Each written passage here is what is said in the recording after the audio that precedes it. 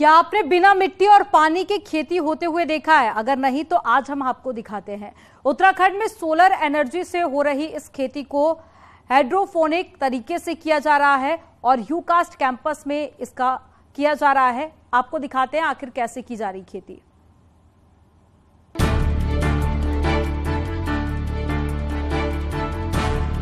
टमाटर और पार्सल के ये जो पौधे आप देख रहे हैं, इन्हें बिना मिट्टी और पानी के तैयार किया गया है। सोलर एनर्जी का इस्तेमाल करते हुए इन्हें पॉली हाउस में तैयार किया गया है। 2019 में शुरू हुए इस रिसर्च प्रोग्राम के सफल नतीजे दिख रहे हैं। नई दिल्ली में साइंस एंड टेक्नोलॉजी डिपार्टमेंट ने हाइड्रोपोनिक एक्सपेरिमेंट के तौर पर इसे शुरू किया, ताकि जिन इलाकों में किसानों के पास संसाधन कम है, वहां इस तरीके से खेती की जा सके।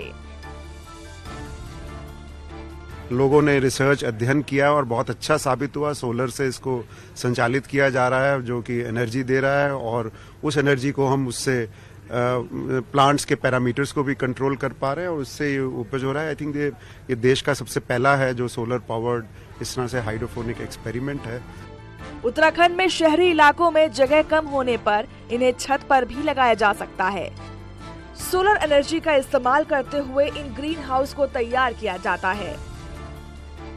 अभी तक जितने भी ग्रीन हाउस आपने देखे होंगे वो मोस्टली पैसिव ग्रीन हाउस हैं, जिनके ऊपर प्लास्टिक की सीट या कांच की सीट लगा दी जाती है। लेकिन इसमें क्या है, फार्मर्स को बेनिफिट कि सोलर इंटीग्रेटेड है, जिसका मतलब है कि रूरल एरियाज में जहां पर ग्रिड इलेक्ट्रिसिटी अवेलेबल नहीं है, वहां पर भी इस तरह की स्ट्रक्चर्स को क्रिएट किया जा सकता है।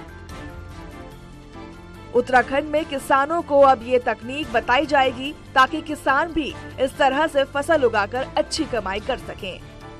न्यूज़ 18 के लिए देहरादून से भारती सकरानी उनियाल की रिपोर्ट। शहरी विकास विभाग उत्तराखंड ने नगर पालिका से जोशीमठ में हुए भू धसाव के बाद में प्रधानमंत्री आवास योजना के तहत बनाए गए भवनों के क्षतिग्रस्त होने की लिस्ट मांगी है। नगर पालिका ने सर्वे करके करीब 40 परिवारों की लिस्ट शहरी विकास विभाग उत्तराखंड को भेज दी है। अब इन भवनों के स्वामियों को शहरी विकास क्या योजना तैयार करता है, इस पर सभी की आस टिकी हुई है।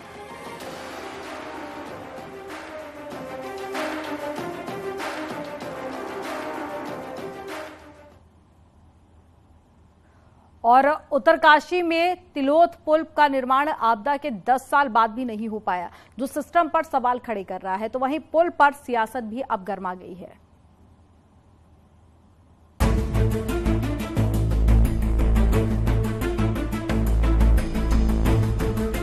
उत्तरकाशी में आपदा के 10 साल बाद भी तिलोथ पुल का आधा हिस्सा नहीं बन पाया है।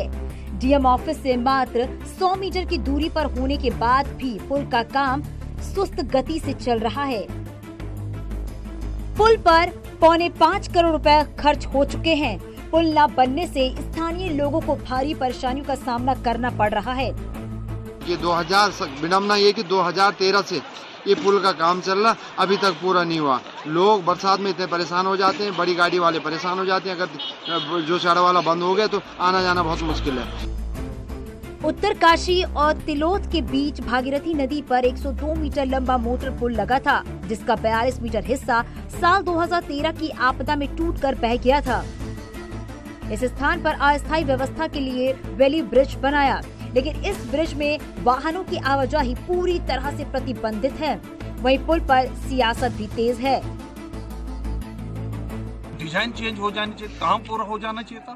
कौन इसके खिलाफ, जिन्होंने डिजाइन वगैरह गलत बनाए, कैसे लोग इसको काम करें? कारीगरी संस्था के खिलाफ कोई कार्रवाई नहीं। हमारा लगभग अपार्टमेंट का कार्य लगभग पूर्ण हो चुका है और इसमें अगले हफ्ते से हमारा इरेक्शन का काम शुरू हो जाएगा। तो जल्दी ही पुल को कोशिश की जाएगी, जल्दी ही पुल का कार्य कंप्लीट कर जाएगा। 10 सालों से पुल नहीं बनने से लोग खासा परेशान हैं, लेकिन पुल कब तक बनेगा, इस सवाल का सटीक जवाब फिलहाल किसी के पास नहीं है। न्यूज़ 18 के लिए उत्तरकाशी से बलवीर परमार की रिपोर्ट।